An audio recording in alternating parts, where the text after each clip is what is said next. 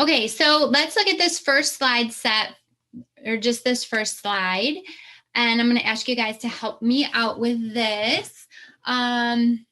Number 1, Evan, would you be able to tell me what number 1 is? Good, yeah. Yeah, there's lots of different ways you could answer that. Sunlight, light energy, photons is the scientific term for the type of energy coming out of there, or the individual units of energy.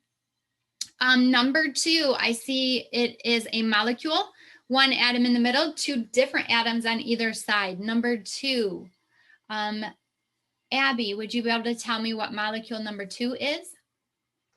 Is it carbon dioxide? It is, yes. So this is showing us sunlight and carbon dioxide, and I just gave away number 3, water. Shows us sunlight, carbon dioxide, water are all going in. What is coming out? Number 4, Isabella. CO2 went in. What comes out?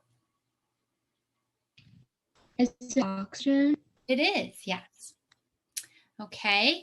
And then these pentagons, some kind of organic molecule. So what is it that photosynthesis is making overall? How about Taylor? Would you be able to tell me number 5? Is it sugars? Yeah, you could put sugars. You could put glucose. You could put organic molecules. Any of those would work. Okay, one more slide. So now I'm going to give you a couple minutes to fill this one in. Thanks. Okay, let's see if we can go over this now. Jonathan, I'm going to stick with you. 1, 2, 3. It looks like 1 is using a bracket, so it's referring to the whole section. 3 is an individual. I think the top one is thylakoid. Well, a thylakoid would be an individual one. So I'm going to put thylakoid as my 3rd space. Okay. Whereas this bracket is indicating the whole section. So the whole stack is called a granum or grana. Okay. Grana. Stroma, the space. And thylakoid, the individual. So then we have the reaction written out in words. We just need to fill it in with numbers and letters. So Ellie, could you tell me, what did you put here for 6 molecules of carbon dioxide? I put 6 CO2. Perfect. And Riley, can you tell me 6 molecules of water? The molecular formula for water is H2O. So it's going to be 6 H2O. Joey, can you tell me the molecular formula for glucose? Going all the way back to chapter 2. I C6H12O6. And then we have 6 molecules of oxygen, 6O2. The reactants, basically it's just, is it the left side or the right side? So the reactants react together to produce the product, right? So the left side is the reactants, 6 CO2 plus 6 H2O. The products are the right-hand side, the C6H12O6 plus 6O2. So Wednesday, you guys did a screencast, which was a video lecture over the light-dependent reactions. So that depended on light. It couldn't energize itself. So today we're going to go from there into the light-independent reactions. So they're independent of the sun because they don't need the sun's energy. They need energy from the first set of reactions. Okay, so they might also be called the dark reactions, though that's a little bit of a misnomer in that it doesn't just happen in the dark. And so the dark reactions kind of makes you think it's just happening in the dark. And that would not be the case.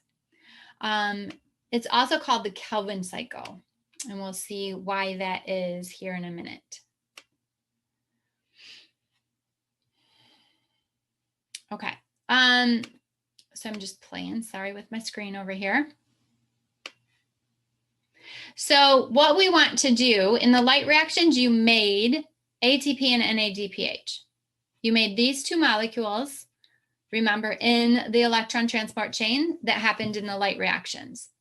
So we want to know how these two molecules are going to be used in the Calvin cycle to make sugar. That's our goal. So we want to remember from Friday when we talked about thermodynamics, we talked about metabolic pathways. And that was a series of chemical reactions, so a chain of reactions where the product of one becomes the reactant of the next, right? And then it's a series of reactions that lead to a final product. So today's reactions are a series that happen in a cyclic form. A number of events have to happen in order to make glucose and in order to get back to the beginning of the cycle so that you can continue to make glucose. So lots of reactions, each one needing an enzyme to push it through.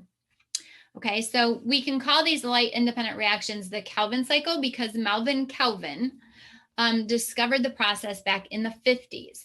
So he was able to follow where the carbon was going, the carbon dioxide that was going into the Calvin cycle, what molecules it was tied up in, and then what did it produce.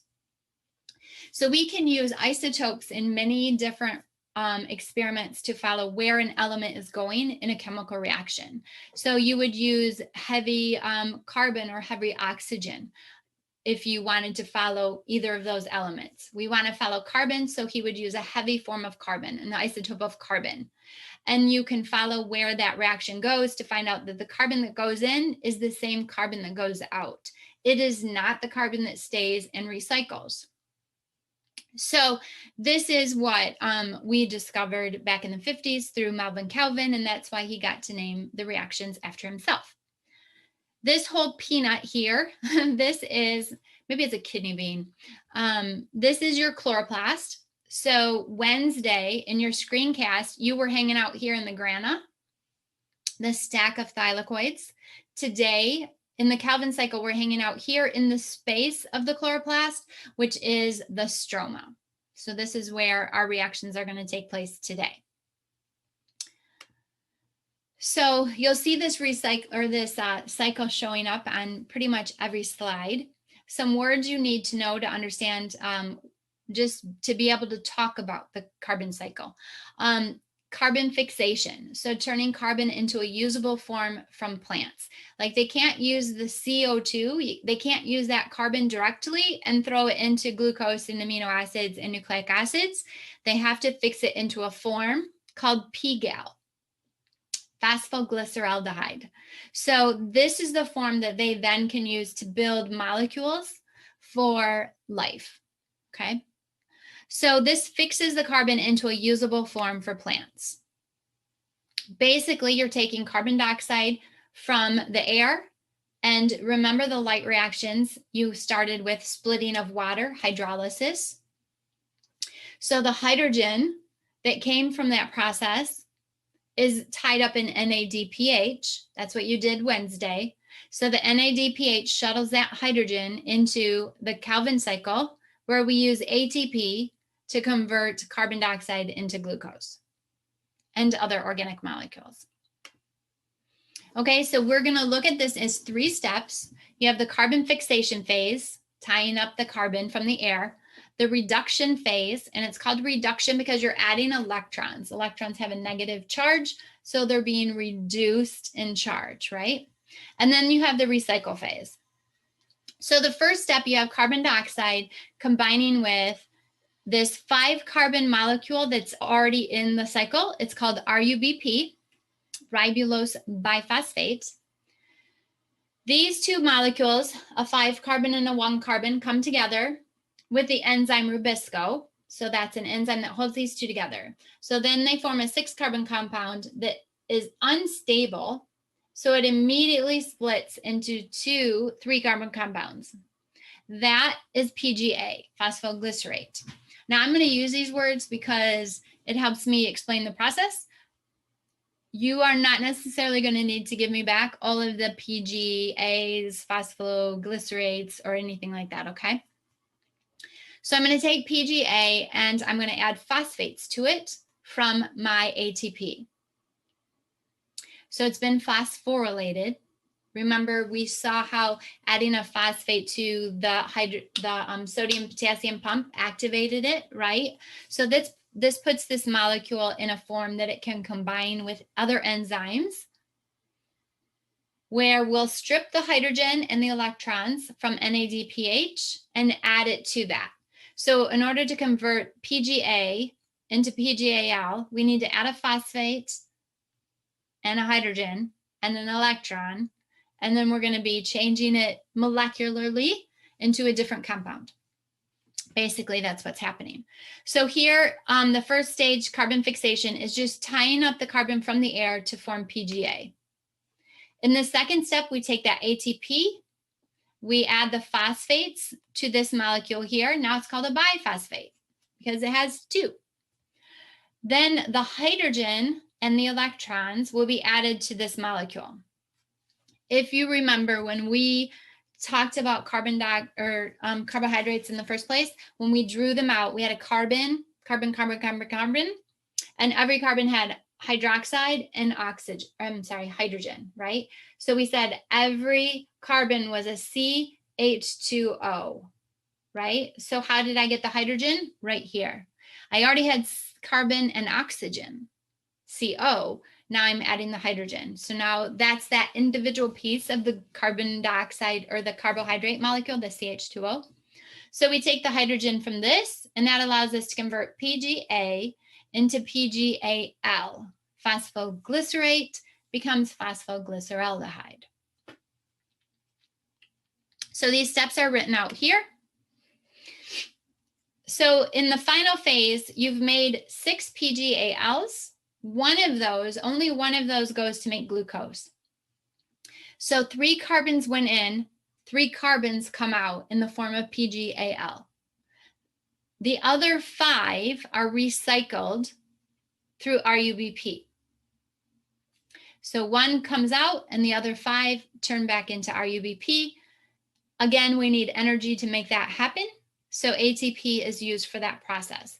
We break off that phosphate from the end, right? We make the bond between the second and the third phosphate. So in the recycling, we add that phosphate to our PGAL, and we biphosphorylate our molecules. So we got 2 phosphates on there to make our RUBP, which is where we started. Now, right now, that sounds like a whole lot of words, and it's just words coming in, and it's hard to process those words until you take a piece of paper and a pencil and you start drawing it out, and you see if you can't keep track of your carbons as you move them through the process, okay? So here is, I think, the best animation that is truly helpful in understanding this process. Okay, so hopefully you find it as helpful as I do. So here we have the granum, right? The light reactions were happening there. Here we have the stroma. This is where we're hanging out today in the Calvin cycle. 3 phases. We're going to fix carbon, we're going to reduce it, and we're going to recycle it. This is Rubisco, the enzyme that's used to bind our carbon and our RUBP together. So this is RUBP, ribulose biphosphate, has 5 carbon atoms. For me, when I had to make sense of this, keeping track of the carbon atoms was the easiest way for me to understand it. So when you're doing this, you might do that as well. So 5 plus 1 is 6, and 6 breaks apart into 3 and 3, okay? So here's our first step. Watch what happens. So the 5 carbon RUBP binds with Rubisco along with CO2, and they form a 6 carbon unstable compound. So you see it doesn't even stay together as 6. It immediately breaks into 3s. So here I had 5 times 3, that's 18 carbons. No, that's 15 carbons, sorry. 15 carbons plus 3 more is 18. 6 times 3, 18, right? So I'm always going to have those 18 carbon atoms in play. So multiples of will help you remember how many you have, okay? So in the first stage, we combined RUBP and CO2 with the help of the enzyme Rubisco, and this is called carbon fixation, changing the carbon into a usable form. In the second step, we're going to see phosphates added to the end here. That's going to make a biphosphate, one on each end, bi 2. Then you're going to see NADPH is going to strip off that phosphate. So hydrogen and electrons are being transferred from this molecule to this molecule. And 2 atoms can't occupy the same bond, so that phosphate's going to get kicked off. Okay, so that's what you'll watch to see happen in this phase. Phosphates are added, phosphates are removed.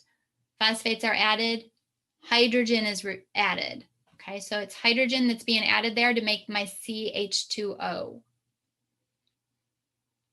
So for every one of those PGAs, I need an ATP. So if there's 6 PGAs, I need 6 ATPs, okay? And I'll need 1 NADPH for each. So now we don't really see a whole lot of what's happening in the next phase. We don't see how it happens. But of our 6 PGALs that we made, G3P is another name, one of those goes to make your sugars. I'll need 2 in order to make glucose, because glucose has 6 and this only has 3. The other 5 get recycled into RUBP. RUBP is at a higher energy level, right? So we got to store some energy in there. So we're going to add some ATP phosphates in order to recycle. So in the third stage, they all go into some complex reaction. 3 ATPs go in. So now I've used 9. And those 15 carbons get realigned into RUBP. And now we have 3 RUBPs ready to go around the cycle a second time. Do you have any questions on that animation? To me, super helpful animation. Okay, so now we're on to your part. We have 4 slides, I think. I'm going to put you into breakout rooms. There is an update in the Zoom. So if you guys do the update over the weekend, you'll be able to pick your own groups, which means you'll be able to work with your friends. So if you can update your Zoom settings over the weekend. So I'll go ahead and go over these with you guys so you know that you have the right information. It sounded pretty good when you guys were going over these words. I would call on you, but looking at the time, I realized I probably already gone past my time. So am I correct? This is the first slide you did. So you have sunlight, light energy, photons, any of those. Water goes in, it's split. Oxygen comes out. This process is the light dependent reactions, the light reactions. These are thylakoids. It produces ATP and NADPH to be used in the Calvin cycle. CO2 goes in, glucose comes out, or organic molecules, or PGAL, or sugars. And this is all happening in the stroma. Do you need any of those repeated on that first slide? Letter H is the Calvin cycle. Or maybe you wrote light independent reactions. So on this one, we have pigments, our light absorbing substances. Plants have many pigments. Chlorophyll A and chlorophyll B are most common. Right now, we're seeing the xanthophylls and the carotenoids. So either one of those would work. Carotenoids are the orange, like a carrot, carotenoid, xanthophyll with an X. Those are your reds. So probably carotenoid is the easiest one to spell. In this, we have the light dependent reactions. We have photosystems here with cluster of pigments. Electrons being excited, they leave the chlorophyll and they enter the electron transport chain. So now we have to replace the electrons lost. Where do the electrons come from? The splitting of water. Water is split. It releases hydrogen for the ATP production, electrons for the chlorophyll, and oxygen is released. Need any of those 3 repeated. So over and over again, ATP and NADPH are produced via the movement of the electrons in the electron transport chain. ETC, electron transport chain. ATP is made from ADP, diphosphate, 2, triphosphate, 3. So I had to add a phosphate group. Need any of those repeated? Oh, shoot, my chat box. The first one on which page? We have pigments are light absorbing. We have ATP and NADPH. Okay, now we're on to the last slide. So what is the role of the Calvin cycle to produce food or organic molecules or sugar, any of those things? To produce organic molecules. How is energy released from ATP? Splitting the bond between the second and third phosphates. Remember, ADP or ATP, triphosphate, releases a phosphate, and when it does that, it releases energy. Energy is stored in bonds and released when bonds are broken. So we break the bond between the second and third phosphate. For every molecule of carbon dioxide that enters the Calvin cycle, it has to bond with an RUBP. So I think I would say RUBP. You have twice as many ATPs and NADPHs. That's why I'm not using that. But I do need to combine CO2 with RUBP in order to make my PGA. And the two molecules that are formed, here's a repeat. During the light-dependent reactions was your ATP and NADPH. Need any of those repeated? Yes. On slide 14, you didn't say the last one. I don't think. Uh-oh. Or I didn't hear it. Is this 14 for you? I think I'm one. Okay. Split water.